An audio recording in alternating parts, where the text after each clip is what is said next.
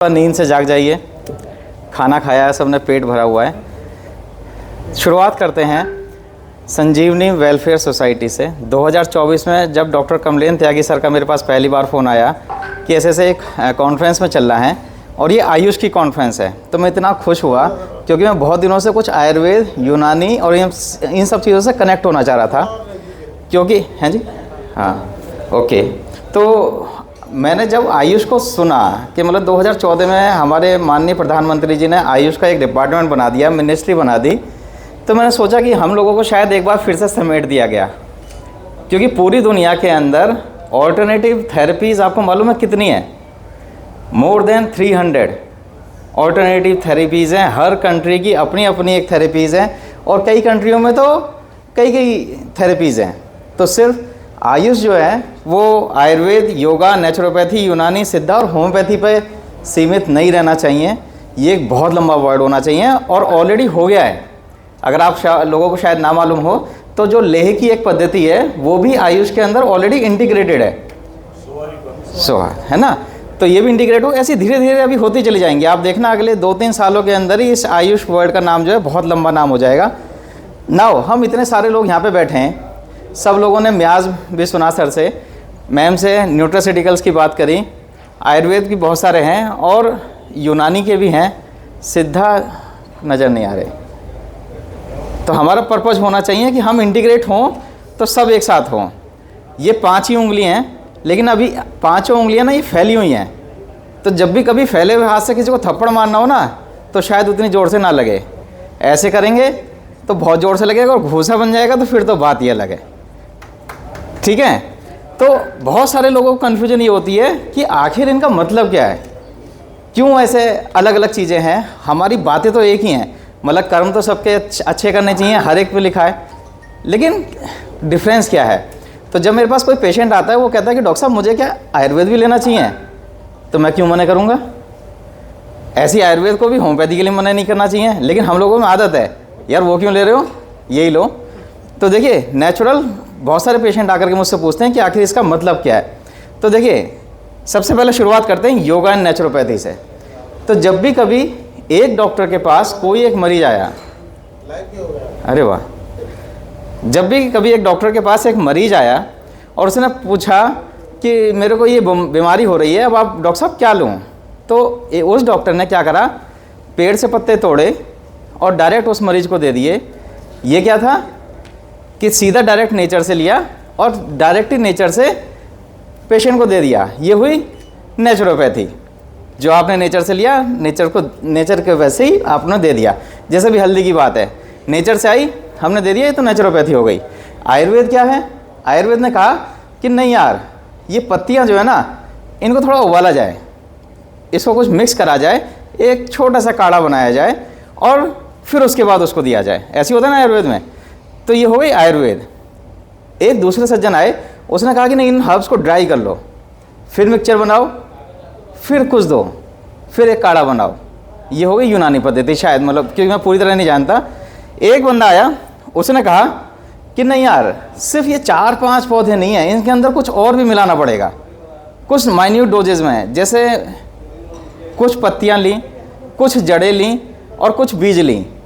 जब इनका मिक्सचर किया तो ये शायद सिद्धा में होता है, जितना मैंने पढ़ा है। एक आया, उसने कहा कि नहीं यार इतना डाइल्यूट करो, इतना डाइल्यूट करो इसको कि यहाँ से मॉलिक्यूल एटम ही गायब हो जाए। ये क्या है? ये होम्योपैथी। क्योंकि यहाँ पे तो मॉलिक्यूल है ही नहीं, यहाँ पे एटम ही नहीं है बिल्कुल भी। फिर एक आया, उसने कहा कि यार ये ना कुरकुमिन, जैसे भी मैम पढ़ा रही थी कि एक उसका इंटीग्रेटेड पार्ट है कुरकुमिन, सिर्फ इसको निकाल लो और इसको इंजेक्ट। ये क्या है? एलोपैथी। वहाँ सीधे केमिकल पे चले गए। तो डिफरेंसेस जानना बहुत जरूरी है कि कौन सा किसका काम है। सुबह से हम लोग यहाँ पे बैठे हुए, एलोपैथी की शायद 10 बार तो हमने बात कर ली होगी। हर एक स्पीकर आकर के एलोपैथी के टर्म जरूर यूज करा है। आपको पता है एलोपैथी आई कहाँ से?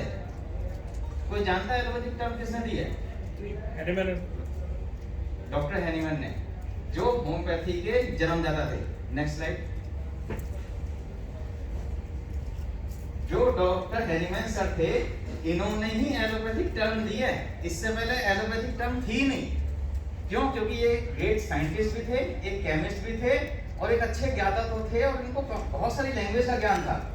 इन्होंने जो भी होम्योपैथी का ज्ञान लिया है वो कहीं आयुर्वेद से आया होगा, कोई ऐसा लिटरेचर पढ़ा होगा आयुर्वेद से कि भाई कहीं कहीं घोटना है, लेकिन कितना घोटना है उससे ज़्यादा चले जाओ, बहुत ही कम डोजेस की जरूरत है। डॉक्टर हेनिमैन सर ने जो टर्म दी वो थी एलोपैथी, और उन्होंने कहा कि एलोपैथी इसलिए बेकार है क्योंकि पहले कोई मरीज हमारे पास पहले ही परेशान हो रहा है, दर्द में आ रहा है, वो बुखार में आ रहा है, और हम उसे कड़वी दवाई दे करके या ऐसा ट्रीटमेंट दे करके उसे और परेशान कर रहे हैं। तो इससे अच्छा है कि कुछ अच्छा दिया जाए, माइन्यूट डोज में दिया जाए, कुछ मीठा भी दिया जाए। तो उन्होंने एक छोटी सी एक मीठी गोली भी बना दी। इसका संबंध मिठाई से नहीं है, ये मीठी गोली कोई मिठाई नहीं है, दवाई देने का एक ऐसा तरीका निकाला जो सबसे मिनिमम डोज है। आपको बता दूं, क्योंकि बहुत सारे लोग होम्योपैथी की नॉलेज नहीं रखते हैं, तो होम्योपैथी की एक 30 पोटेंसी, आपने सुना होगा कि आर्सेनिक एल्बम 30 कोविड में खूब चली।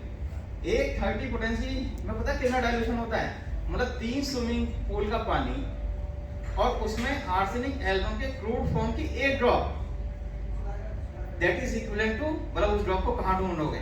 इतना जबरदस्त डाइल्यूशन है। उसके बाद उस स्विमिंग पूल के पानी से एक ड्रॉप लेकर के पेशेंट को देनी है, दैट इज कॉल्ड एक डोज। इतना माइन्यूट, इतना माइन्यूट। इसके बावजूद भी वो रुके नहीं, उन्होंने कहा और डाइल्यूशन करो।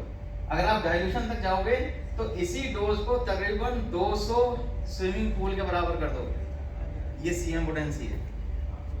मतलब अगर हमें नीम के कोई मेडिसिन बनानी है और सीएम पोटेंसी में बनानी है, तो हमें नीम के पत्तों का सिंगल एक ड्रॉप 200 स्विमिंग पूल के पानी में डालना पड़ेगा, और उसमें से सिर्फ एक ड्रॉप पेशेंट तक पहुंचानी है। इतना जबरदस्त, क्योंकि केमिस्ट्री के ज्ञाता थे। यही एक दुनिया के सिर्फ एक लौते फिजिशियन है जिनका बर्थडे पूरे वर्ल्ड में एक साथ मनाया जाता है। इसके अलावा कोई भी ऑल्टरनेटिव थेरेपी नहीं है जिनके जन्मदाता का जो बर्थडे है ना, वो पूरे वर्ल्ड में मनाया जाता हो। इसीलिए WHO भी मान गया कि आज $14 बिलियन की इंडस्ट्री है होम्योपैथी की, और वो सेकंड नंबर पे है पूरे वर्ल्ड में। ऑल्टरनेटिव थेरेपीज के अंदर योगा, आयुर्वेद, बहुत सारी चीजें बढ़ गई, लेकिन अभी भी सेकंड नंबर पे ही होम्योपैथी एग्जिस्ट कर रही है ऑल्टरनेटिव मेडिसिन पे। तो मैं बात कर रहा था, जब इन्होंने खुद एलोपैथिक फिजिशियन थे, ये खुद एक एलोपैथिक फिजिशियन थे, लेकिन परेशान होकर के इन्होंने होम्योपैथी इजाद करी और ऐसा एक सिस्टम बनाया जो हम सब लोगों से मिलता आ रहा है। सुबह से मैं ये सुनता आ रहा हूँ कि हम लोगों ने कोई डॉक्यूमेंटेशन नहीं की, हम लोगों ने कुछ लिखा नहीं, हमारे पास कोई केसेस नहीं है। पर आप लोगों को ये तो पता होगा ना कि जितने डॉक्यूमेंटेशन थे वो तो जला दिए गए। कहाँ? यहीं इसी धरती के नालंदा विश्वविद्यालय में, जिसको जलने में भी बहुत टाइम लगा, 6 महीने। इतने डॉक्यूमेंट और कहां से लाएं? आज अभी सुबह बैठे बैठे ऋग्वेद की आप बात हो रही थी, क्या कुरान में लिखा नहीं है कि मेडिसिन का क्या जिक्र है? क्या लिटरेचर है? नहीं। लेकिन वो सब जब जला दिए गए तो डॉक्यूमेंटेशन लाओगे कहां से? क्या हमें बताने की जरूरत है कि आज हल्दी जरूरत है या नहीं? ऑलरेडी रिटर्न था, लेकिन वो है नहीं। फिर दूसरी बात कि जब एलोपैथी की बात आई तो उन लोगों को शायद हम लोगों ने ही प्रमोट करा, हम लोगों ने। जहाँ यहाँ पे जितने भी चिकित्सक बैठे हैं, सब लोगों ने मुझे अभी बताया, जब मैं सब लोगों से बात कर रहा था, कि मैं उस हॉस्पिटल में काम करता हूँ, मैं सर्जरी कर रहा हूँ, मैं बाकी सब कर रहा हूँ। ऐसे कितने लोग हैं आयुर्वेद, यूनानी और होम्योपैथी के अंदर जो ऐसा करते करते भी अपनी मेडिसिन दे रहे हो। कभी किसी भी सर्जन ने, जैसे अभी एक लेप्रोस्कोपिक सर्जरी कर रहे हैं सर, तो कभी लेप्रोस्कोपिक सर्जरी पे आयुर्वेद का लेप लगाया सर्जरी करने के बाद? That is the fault. ये किसने कहा कि सर्जरी नहीं कर सकते? सर्जिकल इंस्ट्रूमेंट, कैंची, क्या कैंची किसी के नाम पे लिखी है? एक्सरे मशीन किसी के नाम पे लिखी है? लेकिन उन लोगों ने यूज किया है। आप जब लिटरेचर पे जाओगे तो आपको पता होना चाहिए कि पैथोलॉजी में यूज होने वाली कोई भी मशीन कोई भी यूज कर सकता है। रिपोर्टिंग पे साइन डॉक्टर करेगा, ठीक है? हथियार चलाना किसी की डिग्री की बात नहीं है, लेकिन उसका फाइनलाइजेशन डिग्री करेगी। उन्होंने कब्जा कर लिया। आप देखो, विटामिन डी सब लोगों के लिए जरूरी है, लेकिन कब्जा किसका है? उनके सॉल्ट का। हमारा क्यों नहीं भाई? तो हमने सिर्फ इतना करना है कि जब भी कभी आप कोई भी प्रैक्टिस करोगे, कमाने के लिए बहुत कुछ करना पड़ता है। लेकिन कम से कम 100 में से एक पेशेंट तो अपनी पैथी को ठीक करो। किसने मना किया आपको? बताओ। डॉक्टर साहब आपको रोका किसी ने? नहीं रोका ना, लेकिन करा नहीं। क्यों? क्योंकि वहां पे जाके आपको चार्म मिल गया, अच्छी ड्रेस, स्टरलाइजेशन, बहुत सारे इंस्ट्रूमेंट, बहुत सारी दवाइयाँ। एलोपैथी को इसलिए ऐसे समझो आप कि कहाँ नीड है कि मान लो किसी वजह से आपके घर में एकदम कोई क्राइसिस आ गई और कल ही 1 लाख रुपए चाहिए, तो उस समय जो भी दोस्त, जो भी रिश्तेदार आपको वो 1 लाख रुपए प्रोवाइड कर देगा, आपके लिए वो सबसे अच्छा है। ठीक है? किसी भी मेडिसिन की कभी बुराई नहीं करनी चाहिए, किसी भी प्लेटफॉर्म से हमेशा उसको एक्सेप्ट करना चाहिए, लेकिन उनको बढ़ाने वाले भी हम ही लोग हैं और हम अपने आप को पीछे रखने वाले हम ही हैं। आज भी हम में से बहुत सारे ऐसे लोग होंगे, जैसे ही किसी एलोपैथी में थोड़ी सी बात करी ना टर्मिनोलॉजी में इंग्लिश में, एकदम घबरा जाते हैं। हमें तो शायद नॉलेज नहीं, ऐसा फीलिंग आती है।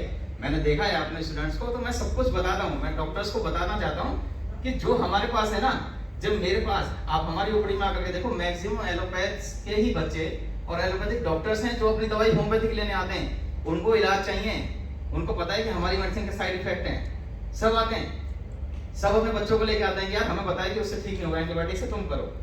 तो हमारे पास ये ताकत होनी चाहिए ये बताने के लिए कि हम क्या हैं। इतनी माइन्यूट डोज के हिसाब से, मतलब मैं जैसे आयुर्वेद की आज बात कर रहा था, तो मैं चाह रहा था आज अब इस कॉन्फ्रेंस में हम लोग एक प्रण लें। ये शुक्ला जी मेरी तरफ से एक एडवाइस है कि इस बार जब भी हम कॉन्फ्रेंस करेंगे तो उसमें आयुर्वेद का एक बढ़िया सा लिटरेचर होना चाहिए जो ये बताए कि भस्म की कितनी डोज देनी है, उससे केस ठीक हो रहा है। यूनानी वाले को बताना चाहिए कि मैंने ये दिया और इस यूनानी प्रिंसिपल के आधार पर दिया। हम लोगों ने प्रिंसिपल भूल करके लॉ बना दिए, है ना, कि अब आयुर्वेद का प्रोडक्ट आ गया, अब होम्योपैथी का प्रोडक्ट आ गया, यूनानी का प्रोडक्ट आ गया, वो भस्म कहाँ चलेगी पता नहीं, है ना। तो हम इस बार जब भी कभी हो तो मैं चाहता हूँ कि हर एक सीरीज का एक जो प्रेजेंटेशन है वो होना चाहिए। डॉक्टर कमलेश त्यागी ने कितने सारे केसेस दिखा दिए। अभी जो बात हुई अफगानिस्तान से वो है, मैम ने न्यूट्रास्यूटिकल पे बात करी। मैं चाहता हूँ इस बार आयुर्वेद के प्रिंसिपल पे बात होनी चाहिए, यूनानी के प्रिंसिपल पे बात होनी चाहिए। यहाँ पे आकर के सिद्धा वाला खड़ा होकर के बोल लगे, हिम्मत रखना चाहिए कि मैंने सिद्धा से ये पेशेंट ठीक किया है। तो आयुष कॉन्फ्रेंस का जब भी मतलब है, हम इसको इंटरनेशनल, मैंने राज शुक्ला जी को बताया कि अब इसको इंटरनेशनल लेवल पे ले जाने की जरूरत है, कि हम तो ऑलरेडी सब कुछ जानते ही हैं। सेम जब होम्योपैथी की बात आती है तो सुबह सर नियाज की बात कर रहे थे। आप लोग जितने भी अल्टरनेटिव मेडिसिन के डॉक्टर बैठे हैं, सब लोग ये बहुत अच्छी तरह जानते हैं कि डिजीज कहीं और से जनरेट हो रही है। जब डॉक्टर हैनीमैन, ये आयुर्वेद के टाइम पे क्या माना जाता था, जैसे सर ने बताया नजर लगना। अब नजर लगने का कोई लिटरेचर है? किसी ने करी पीएचडी नजर लगने पे? किसी ने करी है? क्यों नहीं करी? कोई मना थोड़ी कर रहा है, लेकिन कोई करना नहीं चाह रहा है। कभी जब मेरे एक एलोपैथी कॉन्फ्रेंस में था तो वहां भी मेरे से सब पूछा गया, तो मैंने उनको ये कहा कि कभी तुम्हारे माता पिता ने तुम्हें आशीर्वाद दिया, इसी को स्टडी हुई है? अभी सर ने एक बात कही थी, 3 महीने से लेकर के और 300 साल तक की लड़की ये आपकी नजर को पहचान जाती है, इसकी स्टडी हुई कोई? तो कुछ स्टडीज की जरूरत ही क्या है? जब हम लोग अच्छे हैं, जब हमारी हेल्थ अच्छी है तो अच्छी है, उसमें क्या है? स्टडी क्या करेंगे? जब स्टडी की बात आती है तो बायो स्टैटिक्स पता है किसने बनाई है? उन्हीं लोगों ने बनाई है। और आज वो अपनी कैलकुलेशन के हिसाब से उसमें फिट हो जाते हैं और हम लोग बाहर हो जाते हैं। यही होता है ना एग्जैक्टली। तो हमें बाहर करने का रास्ता दिखाया गया और हम लोग बाहर होते चले गए। तो हमें बाहर नहीं होना है, हमें तो बताना है। अब जैसे मैम बता रही है कि अच्छा खाओगे तो अच्छा जियोगे, ठीक है। तो म्याज की जब बात आई तो देखिए सीधा सा एक फंडा है किसी भी पैथी का, मैंने जितना भी पढ़ा है, तो सेंट्रल लाइन है, एनाटॉमिकली हम लोग जानते हैं। इस सेंट्रल लाइन के अंदर जो भी ऑर्गन आ गया, जो भी डिजीज आ गई है, जो भी सिम्टम आ गया, समझो मोड सिफिलिटिक है। मैं छोटी सी डेफिनेशन देता हूँ। हमारे यहाँ सोरा, सिफिलिस, साइकोसिस होती है। सोरा का मतलब होता है इच, मतलब ऐसी बीमारी जो स्किन वगैरह पे हो जाती है। साइकोसिस का मतलब ऐसी बीमारी जो गांठों से रिलेटेड होती है, जहाँ पे ओवर ग्रोथ हो जाती है। और सिफिलिटिक मतलब डिस्ट्रक्शन, ठीक है। तो इसका सीधा सा फॉर्मूला है कि आप कैसे पकड़ोगे कि कौन सी बीमारी कितनी खतरनाक है। तो सेंट्रल लाइन पे आ जाओ। इसी सेंट्रल लाइन पे अगर किसी पेशेंट को एसिडिटी आ गई ना, तो ये एसिडिटी एक दिन हार्ट अटैक लेके आएगी, ये मैंने एक आयुर्वेद से सीखा है। ये चीज मैंने आयुर्वेद से सीखी है कि अगर आपको हाइपर एसिडिटी आ गई तो आपको समझो हार्ट अटैक आने वाला है। और यही होम्योपैथी कहती है, क्योंकि मोड सेपरेटिंग है। इस सेंट्रल लाइन से जितना दूर चलते चले जाओगे, इसी सेंट्रल लाइन पर क्या है, ब्रेन से लेकर और जेनिटल ऑर्गन्स तक। जब हम एफएमटी पढ़ते हैं तो डॉक्टर साहब सबसे कम बर्न कहाँ होता है? सबसे कम बर्न कहाँ पे होता है जब हम एफएमटी पढ़ते हैं? कोई बताएगा? सबसे कम बर्न 1% सिर्फ जेनिटल ऑर्गन्स का होता है। मतलब कि अगर पूरी बॉडी जल गई तो जेनिटल ऑर्गन्स का जो बर्न है वो सिर्फ 1%, इतना प्रोडक्टिव एरिया है। तो जब भी कभी यूरिन की इंफेक्शन आए ना, चाहे वो मेल हो चाहे फीमेल हो, समझो मोड सेपरेट, मोर डेंजरस। इसको आपको बहुत एहतियात से रहना है। श्रवण शुक्ला जी के हाथ में चोट लगी है, कोई बात नहीं, टेंशन ही नहीं है, मैं तो पहले कहा था, कोई टेंशन नहीं। जितना पेरिफेरी की तरफ डिजीज चली गई सेंट्रल लाइन से, उतना दिक्कत नहीं है। सेंट्रल लाइन पे दिक्कत है, उससे हटेंगे थोड़ा और ज्यादा कम दिक्कत है, और पेरिफेरी पे होगी, उंगली पे चोट लग जाए कोई बात नहीं, ठीक हो जाएगी। तो म्याद को बेसिकली डॉक्टर हैनीमैन ऐसे आदमी थे जिन्होंने सबसे पहली बार ये डिजीज का डिस्क्रिप्शन दिया। फिर होम्योपैथी की जब बात करते हैं, मैं आप लोगों को होम्योपैथी की बात, क्योंकि केसेस तो हम दिखाई देंगे बहुत सारे हैं, लेकिन मैं चाहता हूं कि आप लोग जो यहाँ पे होम्योपैथी सीखने आए या होम्योपैथी को जानने आए हैं, तो वो जाकर के ये कहें यार होम्योपैथी में भी दाम है। इसका पर्पस सिर्फ इतना है कि आप भी होम्योपैथी के लिए किसी पेशेंट को मना ना करो। आपको पता होना चाहिए कि मुझे होम्योपैथी में कब भेजना है, मुझे पता होना चाहिए कब मुझे आयुर्वेद में भेजना है, कब मुझे यूनानी में भेजना है। तो ये जो चीजें हैं वो इसलिए डिस्कशन हो रही हैं ताकि हम लोग एक साथ इंटीग्रेट हों, और कम से कम 5 उंगलियां जो फैली हुई हैं वो एक साथ तो आए। मुट्ठी तो पता नहीं कब बनेगी, लेकिन कम से कम एक साथ तो आए।